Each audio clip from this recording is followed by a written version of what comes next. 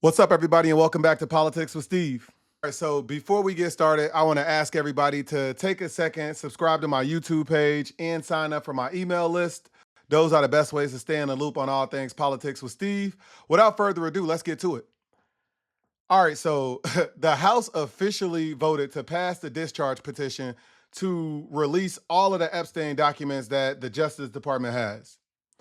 Now, just a reminder, immediately following a deal to end the government shutdown, the House received the 218th signature to force this vote that just happened, right? Although it was only, just enough support from the Republicans to finally reach the 218 signatures required to bring this to a vote, once the 218 signatures was reached, word around Washington is that there were many more Republicans that was planning to vote in favor of releasing this, even though Trump tried to pressure them not to. That is indeed what happened. The discharge petition passed with, overwhelming support from Democrats and Republicans. Now, some of the support from Republicans we've seen is because over the weekend, Trump finally gave the green light to vote yes for the petition. But he only did that because he knew it would pass anyway, right? And it's less embarrassing to seem like you gave them the green light or the okay to vote yes versus being defied by your own party. Again, it is likely that it would have received the votes regardless. Now, if Trump really wanted to support this discharge petition, or if he really believed that, Republicans should be in favor of it, none of this has to happen. He can just tell his Justice Department right now to release everything. Literally, right now, all of this is to get the Justice Department to release all of the Epstein information that it has. None of this has to happen. Again, Trump can decide at any second to have his Justice Department release everything. So, what are the next steps? This will have to hit the Senate floor in order to be voted on. Typically, it's a significant hurdle for things just to hit the Senate floor. I do think that it's likely that it will hit the Senate floor. I do think that the Senate Majority Leader, John Thune, based on public pressure, based on Trump finally giving the green light, and just understanding that, the public, again, wants these documents to be released, I do think that it's going to hit the Senate floor. Once it hits the Senate floor, it has to get 50 votes in order to pass the Senate. However, with just 50 votes, it could be vetoed by the president. Just earlier today, Trump said that he will not veto this. However, if you believe Trump, I don't know what to tell you. What I believe is this will receive 2/3 majority in the Senate, which is a veto proof majority on any bill or law or any vote that takes place.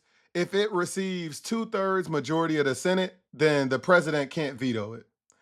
Now, that's a high hurdle, but again, seeing that, the House voted in favor to release all of the Epstein stuff in just such high numbers, seeing that the public support is there for this, I doubt that, it doesn't receive a veto proof majority. So, people speculating that the reason that Trump is now saying that, he's in favor of releasing all of the Epstein related documents is because, you know, the documents were probably manipulated by his Justice Department, and any incriminating evidence against Trump or any of his allies were scrubbed, right? Personally, I don't think that's likely. Why? Because more than just Trump and his allies or the people currently at the Justice Department has this information.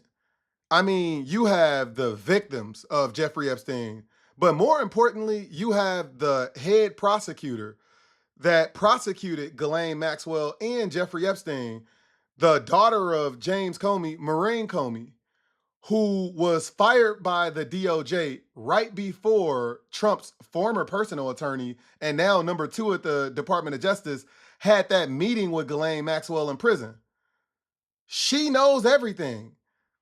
Obviously, there are laws that govern what she can actually say, but there are ways that she can disclose that, all of the information being released is, not accurate or incomplete or, things like that through, lawful congressional subpoenas may compel, testimony or, there are just too many people and too many moving parts that I think that would prohibit like just simply wiping these clean. What I think is much more likely to be Trump's play is so recall last week we seen Trump ask his corrupt attorney general Pam Bondi to basically investigate Democrats only. He specifically named Bill Clinton, Larry Summers, JP Morgan and some others and their links to Jeffrey Epstein. You know, he says it's all a hoax, but now he wants this hoax to be investigated. And of course, he didn't name anybody connected to him or, even the Russians who we seen appear in the Epstein documents. Now, I want to remind everybody that just 4 months ago, the Justice Department said they did an assessment of all of the Epstein files in their possession and concluded that there was nothing more to investigate.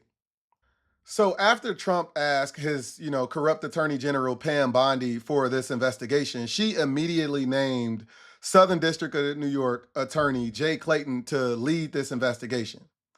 And that's the play. Regardless of what Congress vote on, the DOJ is under Trump's control and they have the custody of the documents.